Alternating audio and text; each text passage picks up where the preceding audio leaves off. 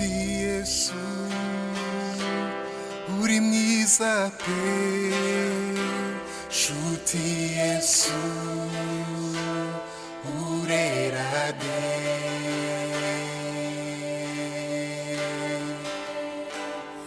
namizanywe nirishimwe riba igitambo wishimira,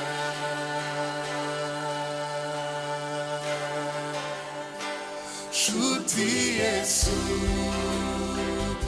uri mwiza pe, nshuti Yesu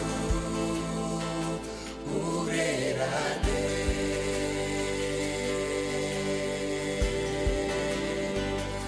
namizanywe nirishimwe riba igitambo wishimira,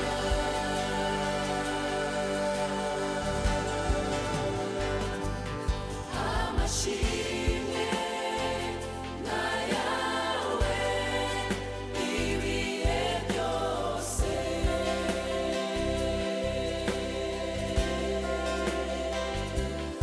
uhimbazwa n'ukwawe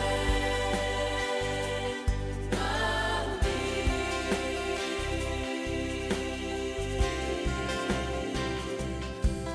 amashimwe n'ayawe ibihe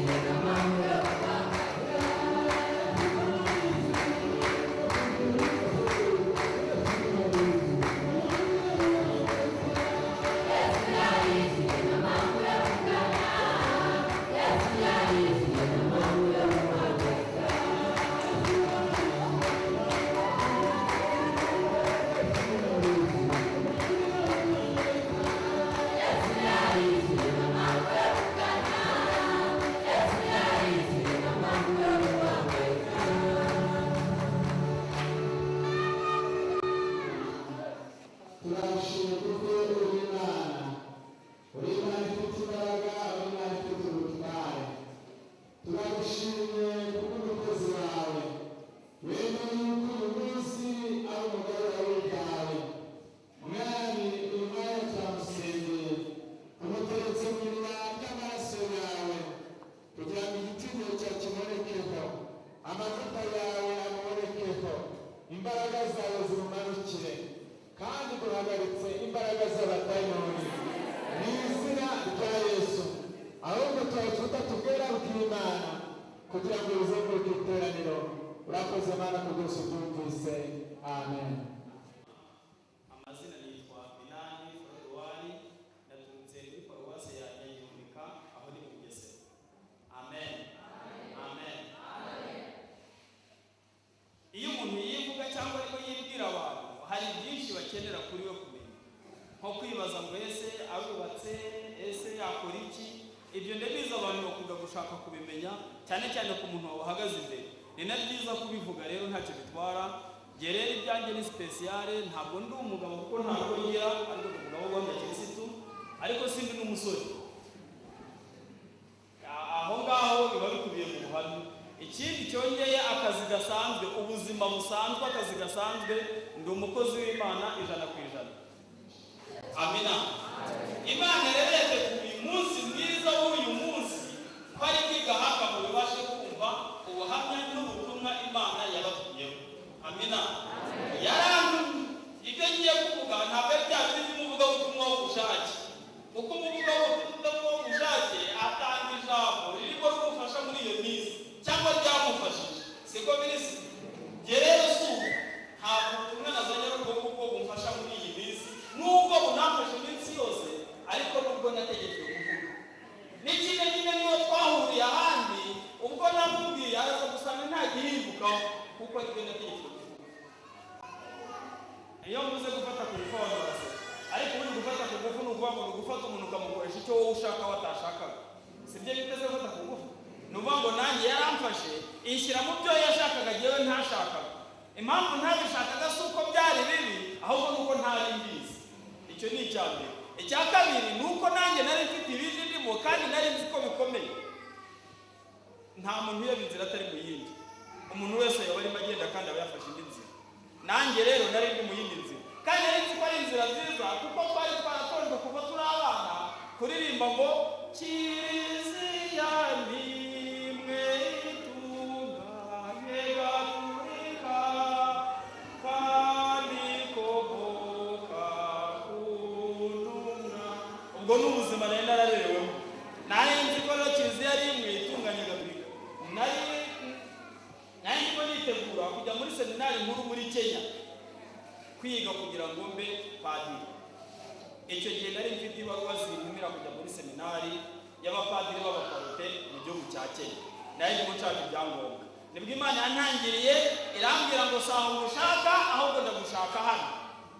Amina. Nguko uko nahamagawe. Ni urusengero rwari rwubatse nk'uru nguru ariko rugabanije mu bice bibiri. Urabona imiryango uko ari ibiri, hagati mu mutwe w'igisenge harimo urukuta rufunga n'ahangaha bivuga ngo iki gice ntaho cyahuriraga n'iki ngiki. Ariko urebeye hanze ukabona urusengero rumwe rw'imiryango iri nk'uru rero. Jye nari mu gice kimwe cy'abagatulika nabonaga turi mu misa ntagatifu. Noneho ngiye kubona umugabo wambaye imyenda yera yinjiye muri wa muryango munini, jye nabonaga ari padiri kuko iyerekwa ryose rikuganisha ku byo usanzwe uzi. Nuko mbona padiri arinjiye nabonaga ari padiri ariko yinjiye mbona arakeye cyane nta mupadiri usa gutyo. Araza nsanga aho nari nicaye ampamagara amazina yombi arambwira ngo Minani Frodouard ngo ahawe saha haguruka nkwereka aho ugomba kuvuga. Amina. Narahagurutse ndamukurikira arasohoka nanjye ndasohoka arazenguruka yinjira mu wundi muryango nanjye ninjira anyereka aho ngaho. Abo nahasanze sinamenya abaribo kuko ntakundaga kuba umushyitsi mu madini atandukanye. Ntabwo nemeraga andi madini, ntabwo nemeraga umuntu utavuga rozari kuko nari nzi ko ibintu byiza byose biba ku muntu abikesha umubyeyi. Nanjye navugaga rozari mu mugoroba. Ubwo ni ukuvuga ngo aho nageze nabonye abo bantu ntabazi ariko mpabona ikimenyetso nahabonye si ubwo butumwa nabazaniye, si inyigisho bitaza kubateramo imivurungano hagati muri mwebwe ndabizi ko bijya bibaho. Ntabwo ari bwo butumwa nazanye, ubutumwa muraza kubwumva. Jye ni ikimenyetso neretswe nkanjye cyo kugira ngo menye aho noherezwa hariho. Nasanze abagore n'abakobwa baho bateze ibitambaro. Byatumye mbaza mukuru wanjye twabanaga turi abasore babiri i Kanombe, ni umusirikare n'ubu niho yari ari icyo gihe. Ndamubaza nti ni irihe dini abagore n'abakobwa baho batega ibitambaro bitari nk'iby'abayisilamu? Arambwira ngo ibyo ngibyo ngo nadebe. Uko niko namenye aho nashyize kuko amadini yari menshi najyaga kwitiranya amadini. Nahise njya mu bibare, abakristo bakira murabyibuka umuriro wari mu bibare 9-7 ndagenda ndiyehana ku mugaragaro rwose numva ibyo bigishije n'ibyanjye gusa. Ndataha njya ku gice Kanombe niga igihe kigufi cyane kuko n'ubundi bendaga kubatiza. Ndabatizwa mu mazi menshi, nkiva mu mazi menshi cyagiye umuntu aba arwana n'amazi mpita mbatizwa mu Mwuka Wera. Mbambaye umupantekote ndarangije. Amina. Hanyuma nabonye ubuzima bw'igipantekote butandukanye n'ubw'igipadiri, biba ngombwa ko ntangira ubuzima bwa gipantekote. Nshaka akazi bisanzwe, nkora akazi, nakora akazi k'ubwarimu. Hanyuma nyuma y'imyaka 2 gusa nkoresha mariage kuri 1999 kingirwa n'itorero na leta nk'uko bisanzwe itariki 10 z'ukwezi kwa 2 1999. Hanyuma muri 2 ku itariki 25 z'ukwezi kwa 5 nibwo Imana yongeye kunsura impa ubutumwa aribwo butumwa ndimo mvuga muri iyi minsi. Amina. Iyo muze ngo nabuhawe muri 2 abantu bahita bavuga ngo ariko kandi ngo nawe waratinze cyane warakabije. Ubutumwa bwo muri 2 ukabubuza iki ariko burya nuko atari wowe agaho kari kundi karahana nawe ari wowe ndajya kurangiza ubuhamya umaze kumva ko ushobora kuba wari ukibubitse kuko n'urugamba muri iyi si ruba rukomeye by'ukuri. Ni mu iyerekwa rya nijoro rimwe bita inzozi. Amina. Umusaraba uraza uranyegera, byo kunyegera kabisa. Ijwi rivugira muri uwo musaraba, iryo tuganira amasaha arindwi. Ni ukuvuga ngo kuganira icyo numvaga narabazaga nkavuga ngo ibyo simbyumvise, ongera unsobanurire. Hanyuma rimaze kunganiriza ayo masaha abiri, rimwe inshingano zikomeye cyane ari nazo zananiye zituma ntimenye zahangaha. Inshingano zari zimeze gute? Ijwi ryarangije kumpa ubutumwa rigerekaho kumbwira ngo wabyumvise? Ntinabyumvise. Nguhereye nonaha rero ngo haguruka ngo ugende ubivuga ahantu hose, ubibwira amateraniro yose, yaba arateraniye gusenga no kudasenga, aho usanga abantu barenze 2-3, uzenguruka igihugu. Uvuga ngo habe mu muhanda, habe mu isoko, habe muri gare, habe ugende hose ubivuge. Ibyo bintu rero byarananiye. Kubera iki? Ndatekereje ku mpamvu ebyiri. Numvaga ibyo ngibyo ari bya bindi bya mwene b'abakecuru bamwe batangiye gusaza bakubita gutugoma, sibyo? Ikindi numvaga urugo rwanjye rutaramara n'umwaka rukeneye kubaho mu mujyi wa Kigali no gutera imbere nk'uko izindi ngo zose zibaho nk'abandi bagabo bose uko bitakunda. Izo mpamvu ebyiri numva zitanyemerera guta akazi ngo ngende mu muhanda, ibyo numvaga bigakuta bitanashoboka. Ubu icyakurikiyeho ubutumwa n'abayamuriye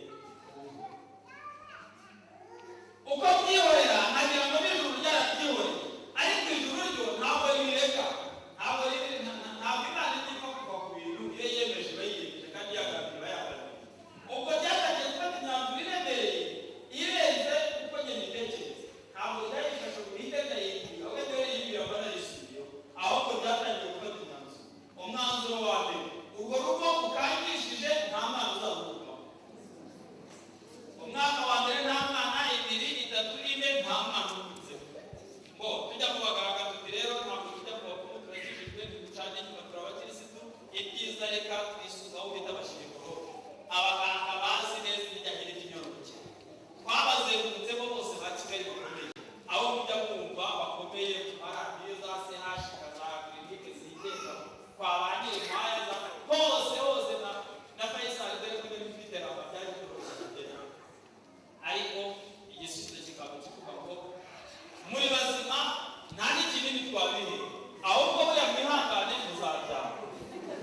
Natwe tukishyiramo nk'abandi barokore kuko n'isaha y'Imana itaragera. Ndabizi ko umurokore byashatse no kuyihesha amahoro, ahita avuga ngo buriya n'isaha y'Imana itaragera, natwe tukiragera.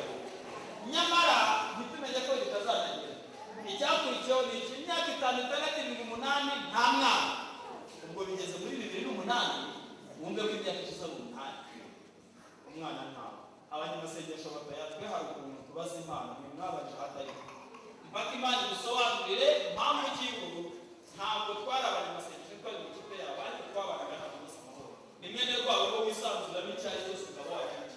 Ubwo rero buri wese akumva agahinda kuko nta mwana utavamo. Byabaye ngombwa ko bategura amasengesho iminsi 3, bajya imbere y'Imana binginga Imana. Ku munsi wa 3 Imana yaboherejeho intumwa iturutse iyo ngo za Kibungo batanazi, iraza irakomanga iravuga Imana ibamenyeho, bati tubwire. Ati Imana iramye ngo mugende mubwire uwo mwasengeraga ngo yabikoze ibizi kandi bishaka kuko nawe wanze gukora ibyo yakubwiye.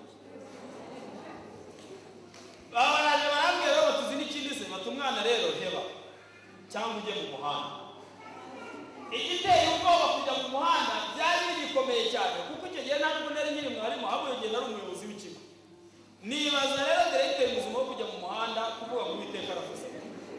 Numva icyo nacyo ntigikunda, ariko ntareba urwo nanone zitagira umwana nacyo ngasanga ni ikindi kigeragezo kandi kiremereye. Ntera murunga wangu kuva mu kwezi kwa mbere kugera mu kwezi kwa karindwi, ubu igisubizo bakimpaye mu kwa mbere. Byageze mu kwa karindwi ku itariki 26 z'ukwezi kwa karindwi muri 2008, wa musaraba urigarukira. Wa wundi wampaye ubutumwa urizi. Ijwi rivugira muri wa musaraba nk'uko ryambwiye mbere, noneho rirambwira ngo naguhaye ubutumwa wanga kubukora witwaje urugo n'icyubahiro. Uhereye nonaha byombi mbikuyeho. Icyo kintu numva kiraremereye, nkangura madamu ntikambuka wundi. Imana irambwiye ngo wirukuyeho. Twumva kiraremereye. Dufata imyanzuro yo gusenga iminsi 3 tutavuye mu cyumba twari turarana. Buracye mu gitondo tujya kugakeka imbere y'igitanda twinginga Imana. Umunsi wa mbere rwose dutangira twinginga Imana, tuva mu gitondo tugera nimugoroba saa 12. Tugejeje n'ebyiri za nimugoroba afatwa n'indwara itarigeze imenyekana, ajya muri koma. Umunsi wa mbere w'amasengesho, ubwo namuvanyaho nshaka taxi voiture mujyana CHK. Mugeze CHK barambika muri urgence, akajya muri koma iminota 30 akava muri koma aje kwatura. Yamara kwatura agahita asubira muri koma. Ijoro ryose rikomeza uko gusa. Hanyuma bigeze saa 9 z'ijoro ajya muri koma, noneho agumamo. Bukeye bwaho saa 9 z'amanywa ku munsi ukurikiyeho yitaba Imana. Ducyura umurambo turashyingura. Tumaze gushyingura ku munsi wa kabiri turi ku kiriyo, wa musaraba waragarutse. Kwa kundi wazaga niko waje n'ubundi. Ijwi rirambwira muri uwo musaraba ngo ibyo nakoze wabibonye? Ntabibonye. Ngubu rero ngo nicyo gihe cyo kunkorera 100% winyibagiwe. Ikintu cyose uzashaka kwikorera wowe ubwawe, ni njye jyenyine ngomba kumuha uburenganzira. Aho rero nahise ntekereza ukuntu umuntu akora Imana 100% ngo birancanze, ariko numva ntari bwongere kubyanga kuko ndabona ibikomeye byatangiye kuza. Ntangira gufata imyanzuro kugerageza gukora 100%. Umwanzuro wa mbere ni ugusezera mu kazi ka leta, nandika ibaruwa isezera mu kazi. Umwanzuro wa kabiri ni ukuva mu mujyi wa Kigali, kuko mu mujyi wa Kigali nta munsi w'ubu buri wese yagiye yishyuye amafaranga. Ubwo umuntu yagiye yishyuye amafaranga, nsezeye mu kazi n'amafaranga yasezeyeho, ubwo n'ubuzima ni ikibazo. Ibyiza ni ukujya mu Bugesera. Mu Bugesera aho hari iwacu, ariko naherukaga mbere muri 1994. Jye na mukuru wanjye nubwo twaherukaga, ubwo twari twibereye i Kanombe, twaraguze twaratuye, byararangiye. Turi abaturage b'i Kanombe n'Ubugesera tutahibuka. Ubwo byabaye ngombwa ko noneho nibuka ayo matongo. Ngurisha ibyo nari mfite i Kanombe byose, ndataha. Ndagenda, intego ari ukubaka inzu yo gucumbikamo, narangiza ngatera insina, ngahinga n'umwumbati, nava kuvuga ubutumwa mu muhanda, mu isoko, muri gare, ngataha ngahekenya kumbati, cyangwa se nkotsa agatoki, kuko nabonaga ari bwo buryo bushoboka busigaye. Nagezeyo ndagerageza ndishyira mu bikorwa, ariko mu kubishyira mu bikorwa, mu guhinga ndabikora rwose. Hanyuma ariko nari nkiri umuntu, ndongera ngira igitekerezo cy'abantu. Ndatekereza ngo ariko umunsi Imana yampaye uburenganzira bwo kugira icyo nikorera, buriya nzakora iki? Amashuri mfite ni 6 gusa yisumbuye, kandi muri 2008 abarangije za kaminuza ni benshi cyane. Ibyiza reka njye kwiga kaminuza, noneho nibikeho ka diplome, wenda ka lisanse gakomeye mbese gafite imbaraga. Noneho Imana ninyemerera kugira icyo nikorera, nzabashe kubona akazi. Cyose ntabwo cyumvikana, gucyari igitekerezo cyumvikana. Ndeba kaminuza nziyishyura iriya ariyo, nsanga ni Bujumbura niho hashoboka. Mfata amafaranga nayo nsigaranye, mfata imyenda yanjye, njye Bujumbura, niyandikisha muri kaminuza bitaho cyangwa se Espoir d'Afrique mu ishami ry'ubuganga. Aho nagombaga kwiga imyaka 7, nkarangiza ndi muganga docteur. Narangiza nkaza nkavugira iyo Mana ubutumwa, none nkabuvuga. Ikigaragara cyo nuko ntabwo byakunze n'ubundi naragiye niyandikisha ndiga amasomo ndatsinda, sinakubwira rwose. N'amafaranga nari mfite nyakora rwose, iyo foto yafotoraga ikanahanagura amafaranga arahanguka rwose ku buryo bufatika, kuko mu mezi 6 yonyine nari mfite hafi miliyoni 6 z'amafaranga y'abantu. Nigurira w'ivatiri i Bujumbura, ni ubuzima buraryoshye. Ndiga, tsinda, studio yanjye iri byiza, ivatiri yanjye, mbese ibintu ni amen. Nkabona ibintu biraryoshye. Ariko icyagutangaza, ubwo buzima ntabwo bwigeze burangiza umwaka. Umwaka wagiye kurangira, wa musaraba urigarukiye ni Bujumbura, muri iyo nzu nabagamo. Ijwi rirambwira ngo kunkoresha rakijana twasezeranye Yesu, ubutumwa naguhaye ntiwigeze ubuvuga. Ari haguruka utahe ujye kuvuga ubutumwa naguhaye. Ngerageza gusenga no kwigisha Imana no kwitera igipindi, nk'uko amasengesho amwe mujya muyakora. Iyo utangiye gusenga Imana yibwira uko bizagenda ukagera kure y'ibirusha, ni ukuvuga ngo ni igipindi uyitera. Nanjye ntangira kuyigisha, ndavuga nti wa Mana we wakwihanganye niga nkaba dogiteri.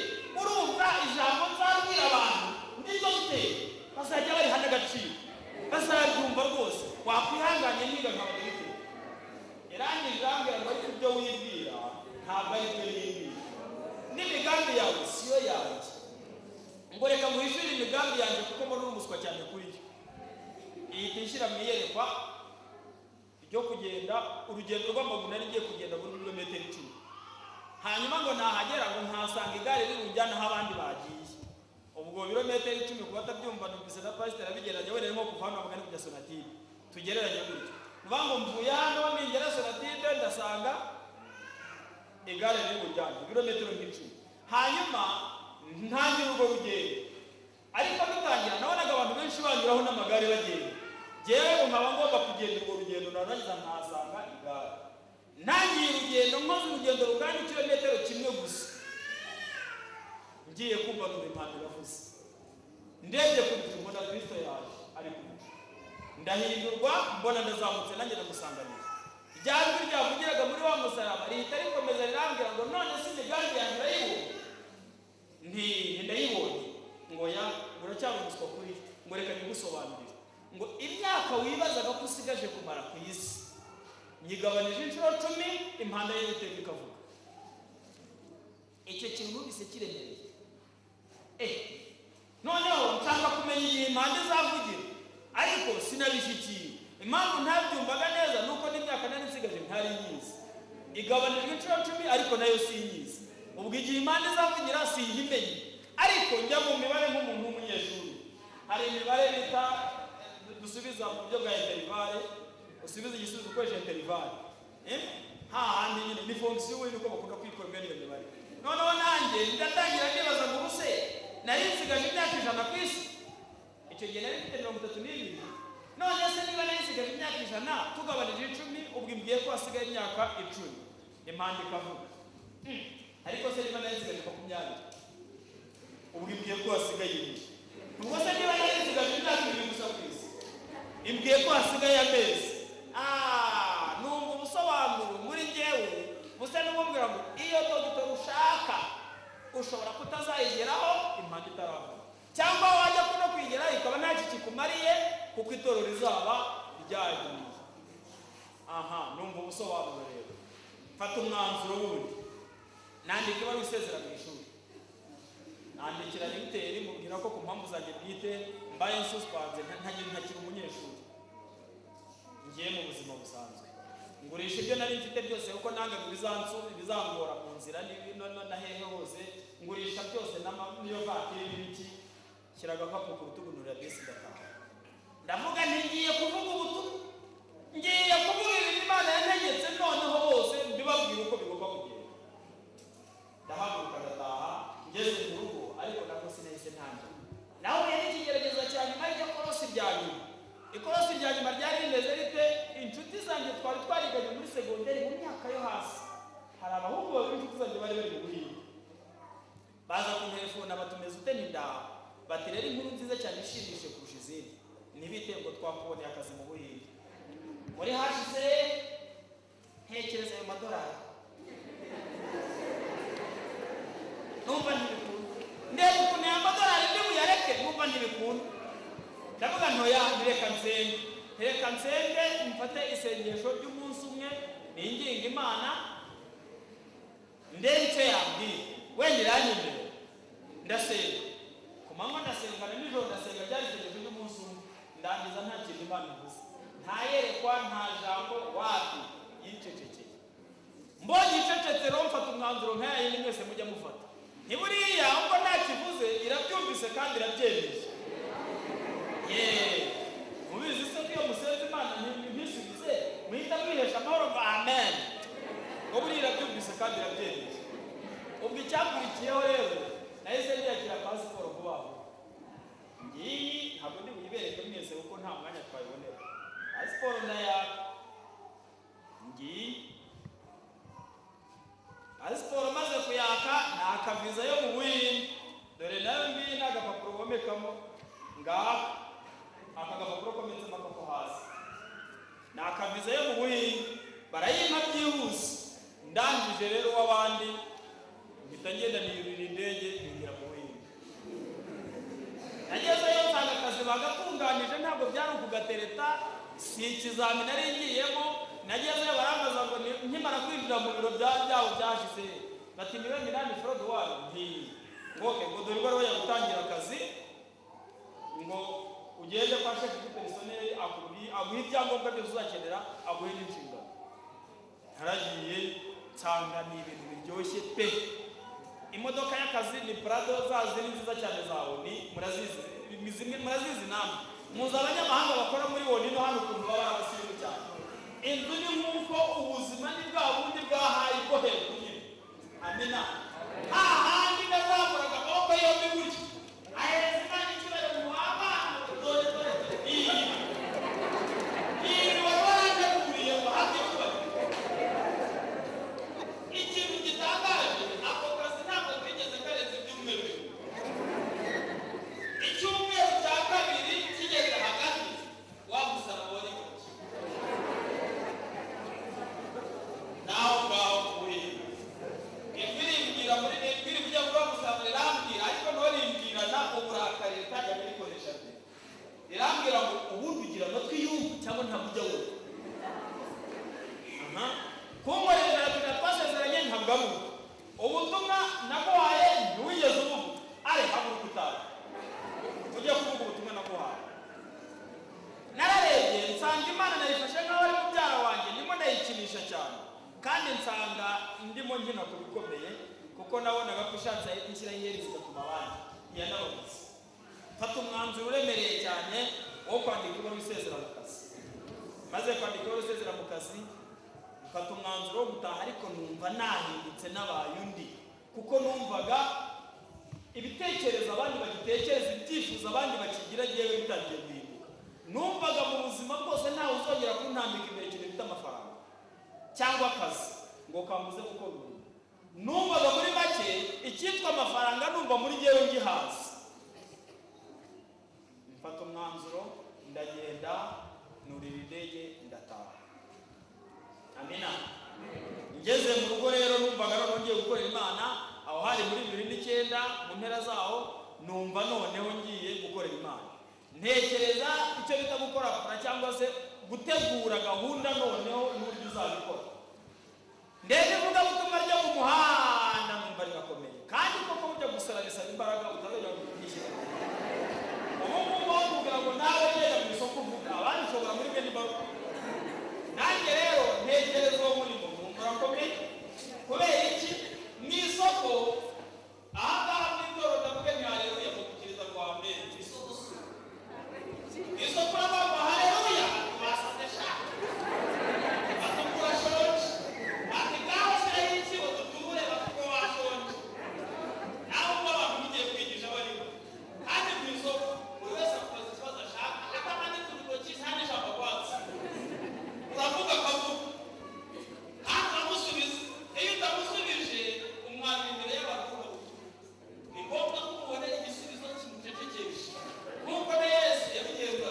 Burya Yesu nawe afite ibisubizo bihita bimucecekesha kugira ngo akomeze. N'undi wese uri ku muhanda n'icyo cy'abasanga. By'ukuri rero nsanga ubwo bushobozi nsa naho ntabwo. Kubera naratekerezaga nk'aba bize teoloji bazi Bibiliya. Kandi batanayemera. Bazantega ibitego muri Bibiliya.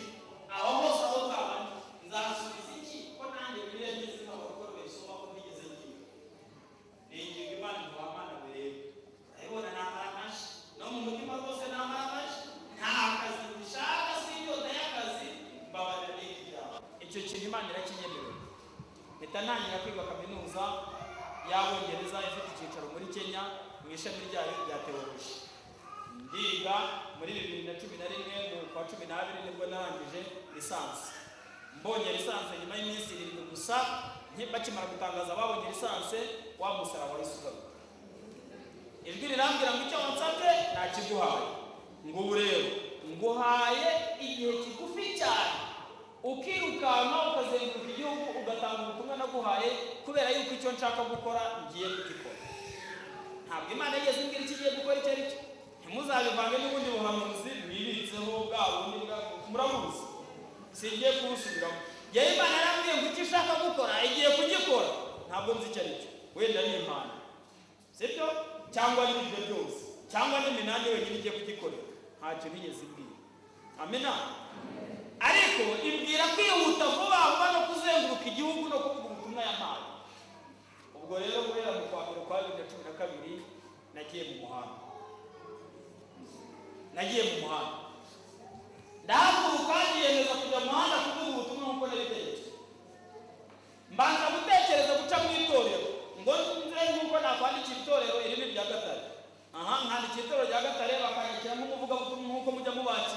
nkajya mu midugudu yabo no mu dusantere twaho no mu masoko yaho nkayigisha no mu mihanda yaho, ariko byibuze ndaho ku itorero aho natumiwe.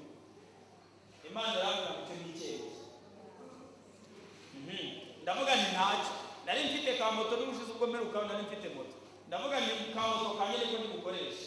Tuvuge nk'uwamanuka avuga ati ngiye kuvuga ubutumwa mu Bugesera avuye i Kigali, mpaguruke Kicukiro mvuge y'ubutumwa, nzamuke ningera i Nyanza mparike mvuge ubutumwa, manuke ningera hano Gahanga mparike mvuge ubutumwa, nge nkumva ari uko ngiye kubukora, kandi nkumva nzabukora mu minsi 7 nkabananyije igihugu kuri moto. Imana irambwira ngo icyo nacyo ni icyemezo. Irambwira ngo ndashaka kugenda nk'umusazi bakakumva cyangwa ntibakumva. Naje kwiyemeza kugenda nk'umusazi rero. Yarambwiye ngo kubw'ibyo igurira akagare kuko ari kuzagendaho.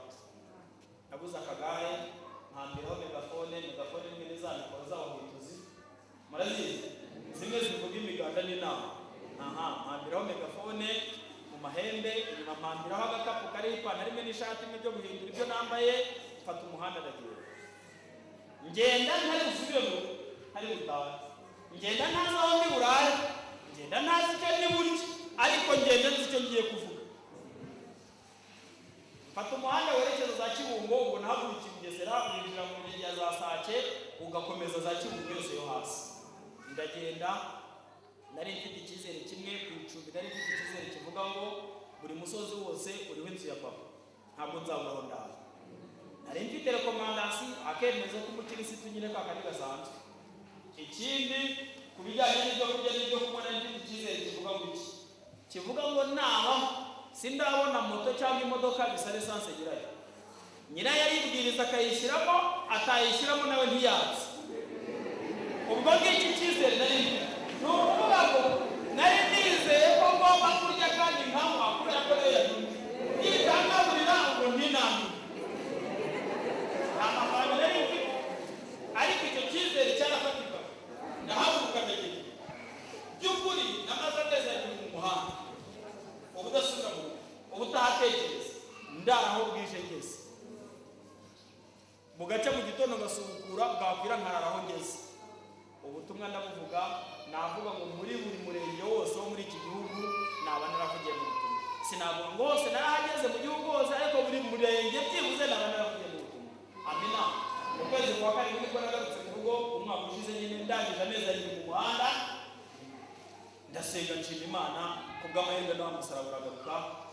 Ijwi rirambwira ngo wakoze kandi wakoze neza. Amina. Ngo ariko ngo ngiye utangire, ngo noneho singutumye kuri bose mu muhanda n'ahari hose, ngo ujye mu magurupe y'abasenga gusa, aho bateraniye gusenga hose ubivuge, wongere uzenguruke igihugu, ngore umurimo nyine. Amina. Nguko nuko naje hano. Ubwo bivuga ngo naratangiye nandika nsaba kuvuga ubutumwa nk'abandi bose, bitinda kwakirwa kubera akazi kenshi kari kari mu itorero, murabizi n'impinduka zari zirimo, ariko uretse ko byamaze kwakirwa muri ibi byumweru 2 bishize, nabonanye n'abashumba bakuru b'umujyi wa Kigali, turavugana byose birarangira, barabyemera. Nuko ariko Imana yagiye ica n'inzira, igihe impuza n'abakozi bayo bo ubwabo bagenda baca inzira kugira ngo ubwo butumwa bwabo bujye kandi bugere kuri benshi. Amina. Abakozi b'Imana twahuye nabo bagatangira kwifuza ko bugera kuri benshi, na pasiteri wanyu arimo Desire Yesu amuha umugisha, ni umwe mu bapasiteri bake cyane bo muri ubu mujyi bashyizemo imbaraga kugira ngo ubutumwa bubashe kugera kuri benshi.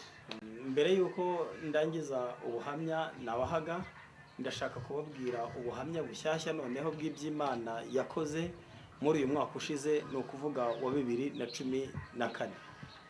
Imana yankoreye ibindi bikomeye cyane, ni ukuvuga ngo wa musaraba waragarutse. Mbwirwa yuko uburyo nakoragamo bugiye guhinduka, ariko ko noneho nzakora ubutumwa mfite urugo. Ubwo Imana ikimara kumbwira ko nzakora ubutumwa mfite urugo, yahise inyereka fiyanse. Sinari muzi, ntabwo yaranzi, n'Imana ubwayo yamunyeretse. Inyereka naho atuye, nsanga ni mu gace ka Kanombe, aho ni mu mujyi wa Kigali. Ubwo nagiye kumureba, ngenda nkurikije ibimenyetso Imana yanyeretse by'urugo atuyemo, ngezeyo mubonye nsanga niwe, nuko turaganira mubwira icy'ingenza, nawe ambwira ko Imana hari icyo bimubwiyeho. Ubwo nta kindi cyakurikiyeho, twahise dupanga gahunda y'ubukwe.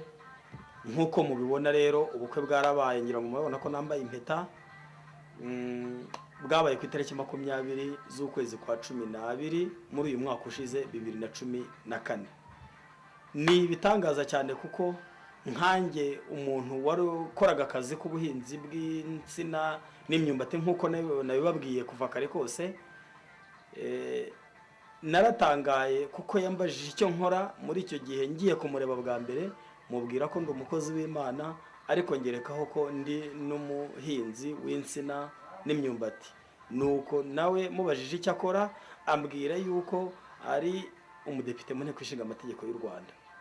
Ubwo rero ni ukuvuga ngo uwo twashyingiranwe n'uwo nguwo yaje ari umwunganizi mu murimo w'Imana, yaje ari uwo kumfasha mu murimo nk'uko Imana yamumbwiye, kandi ni ukuri byose byagenze neza. Ndakeka ko ubuhamya naburangiriza aho ngaho, reka dukomeze n'ubutumwa. Amen. Amen. Ubuhamya ubwumvise kubera impamvu y'ubutumwa. Nuko mfite Imana yakoze byose kuko hari icyo yashakaga ko umenye. Iyo ijya kundekera kuri njye ntabwo kanaje kukubwira, ariko byose bivanye kugira ngo nzi. Amina.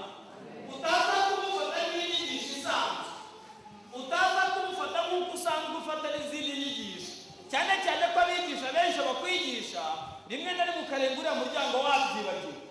Niba ushaka ubugingo, ubu butumwa bw'uyu munsi ubuzirike ku nkingi y'umutima wawe. Amina.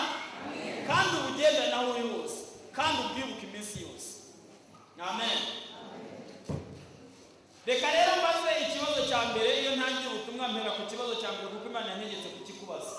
Mwese uko muri aha ngaha, icyifuzo cyanyu cya mbere ni ubugingo. Ndumva mudasubiza. Urumva icyifuzo kiruta ibindi ari uko bazabana n'Imana.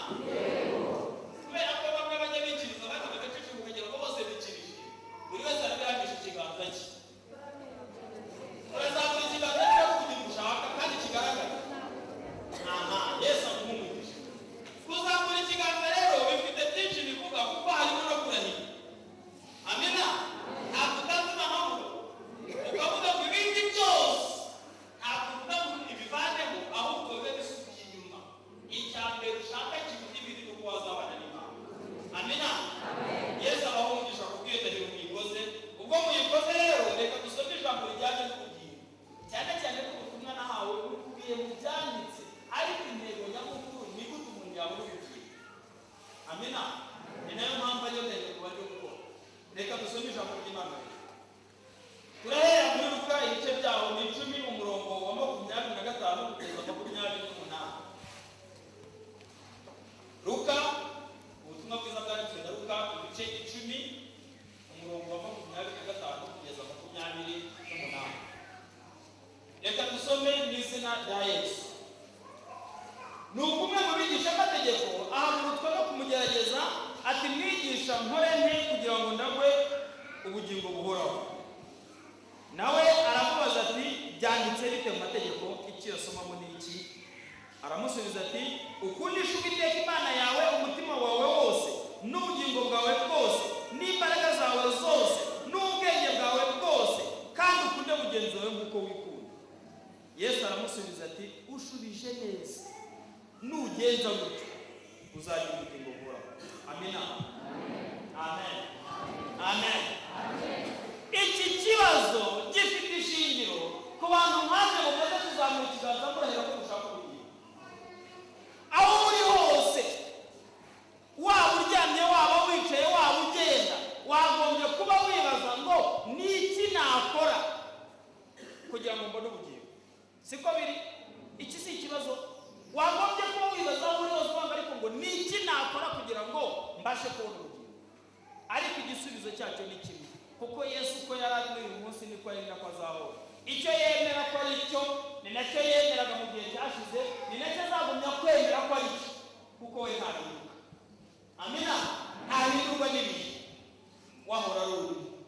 Igisubizo ni kiriya.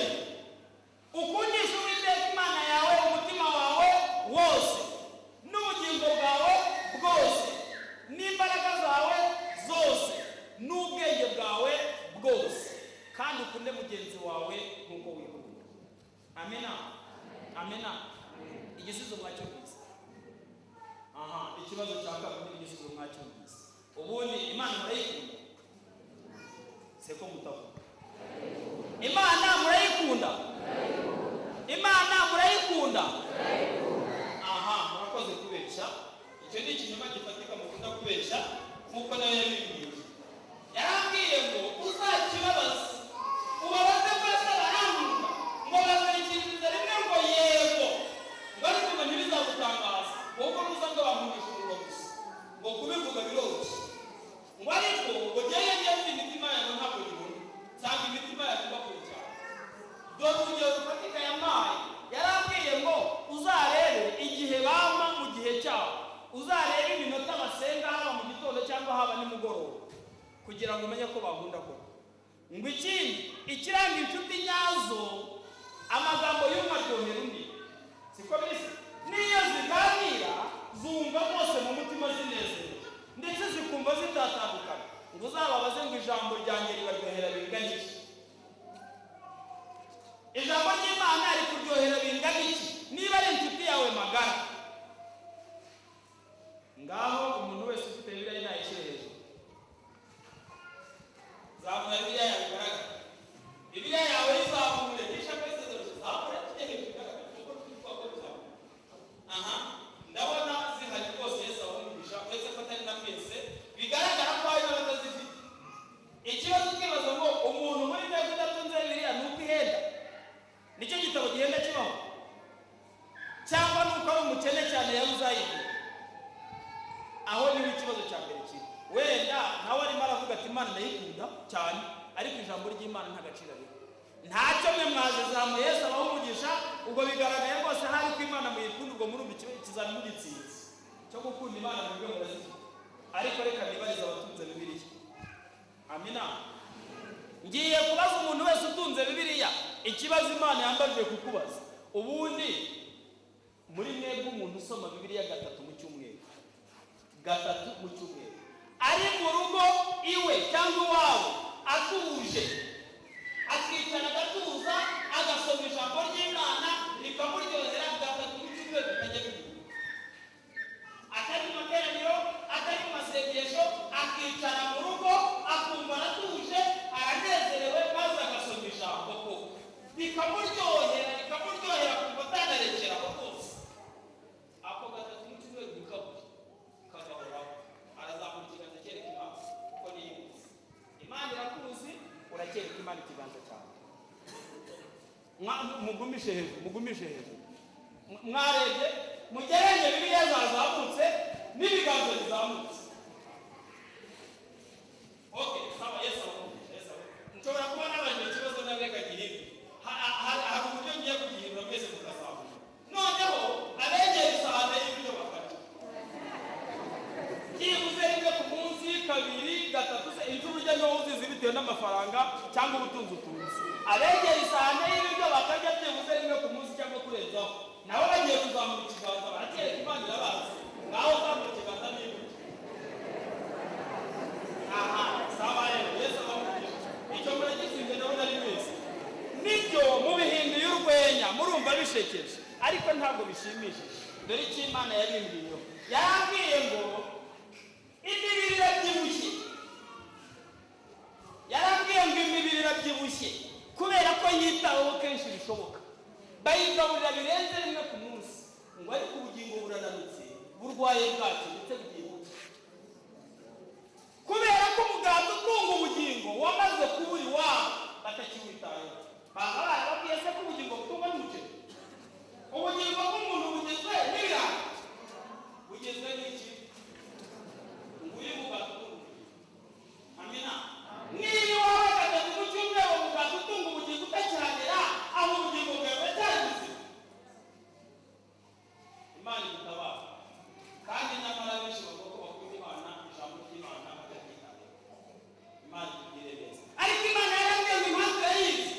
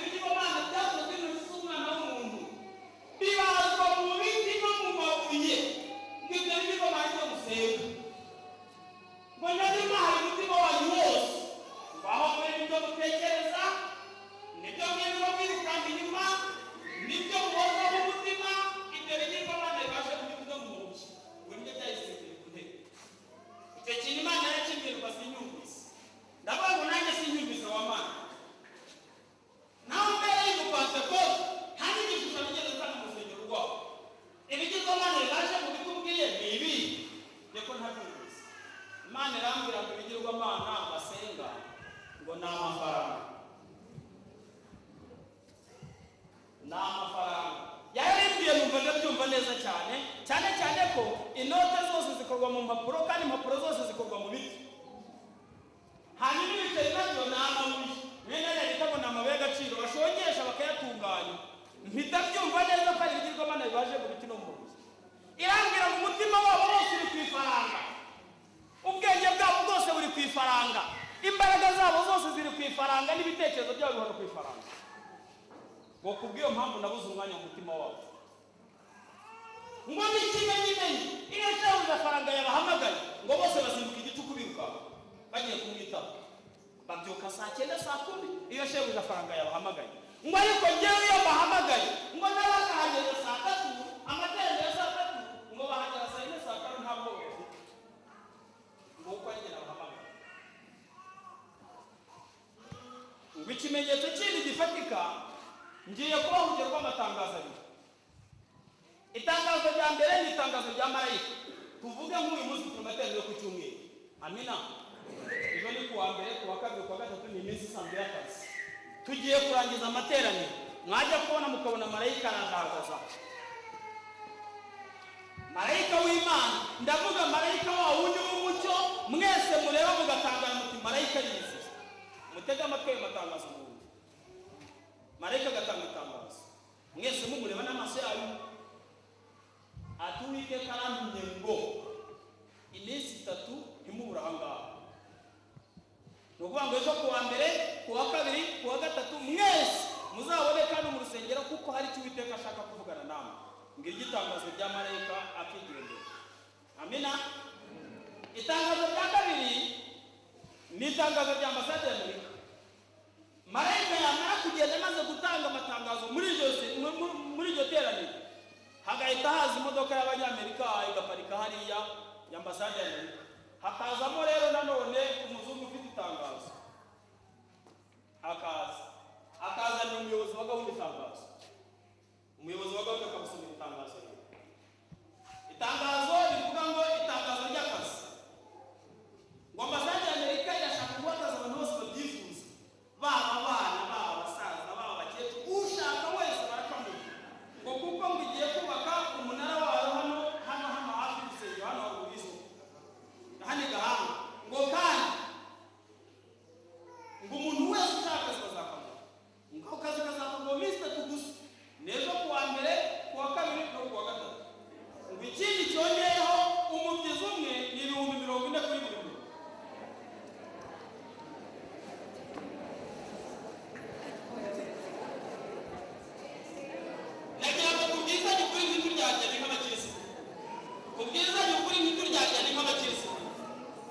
Itangazo rya kubahirizwa ni iri.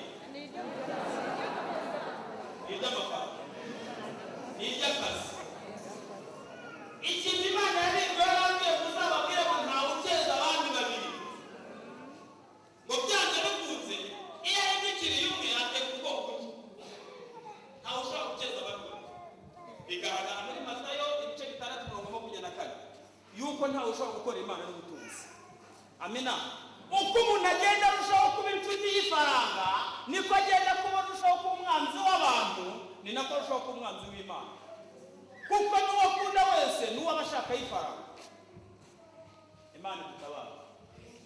Ikigaragaza ko twatangiye ari ikinyoma mutanga ko mubeshya Imana, ubaka kandi wasura akabaza ati Imana murayikunda. Ngo wumve ko mwongera kwikiza. Nahita n'icyo. Mufite undi mwami mwimitse mugenzure neza. Wigenzure wowe ubwawe. Ubutumwa bwa kabiri Imana yamaye bwaravugaga ngo abantu barimo baragabanuka ku isi ndetse barenda gushiraho. Abantu bari kugabanuka ku isi ndetse barenda gushiraho. Icyo nacyo cyayo ndavuga nti wa Mana we sinyumvise. Abarubisha imibare bari abashinzwe kubarubisha imibare bakora amabarura bahora batubwira ko abantu biyongera umunsi ku munsi. Ndetse bari akaba niyo mpamvu bigisha abantu ibyawo nako.